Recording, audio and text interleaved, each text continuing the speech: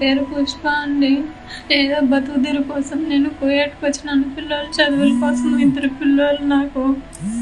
ఇక్కడ వీళ్ళు టార్చర్ చేపిస్తున్నారు. ఫుడ్ కూడా పెట్టట్లేదు. నన్ను ఇండియాకి తీసుకొని నేను ఈడ ఉండలేను. దయచేసి సుమన్ టీవీ ప్లీజ్, ఎంతో మందికి హెల్ప్ చేశారు కదా నారా లోకేష్ గారు, ప్లీజ్ అండి నన్ను తీసుకోండి. నేను నన్ను కొడతాను, కాపాడు మేడం. నా గేరంపల్లి మేడం.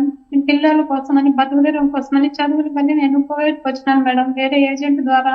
అమ్మా ఇక్కడికి వస్తే వేరే పని చెప్పి ఇప్పుడు వేరే పనులు చేపిస్తారు మేడం. ఫుడ్ కూడా సరిగ్గా పెట్టరు, రూమ్ చేయరు మేడం, టార్చర్ పెడుతున్నారు మేడం. ఫుడ్ లేదు, అమ్మా నిద్ర కూడా లేదు. నాకు ఇద్దరు పిల్లలు ఉన్నారు. నన్ను దయచేసి నేను ఉండలేను.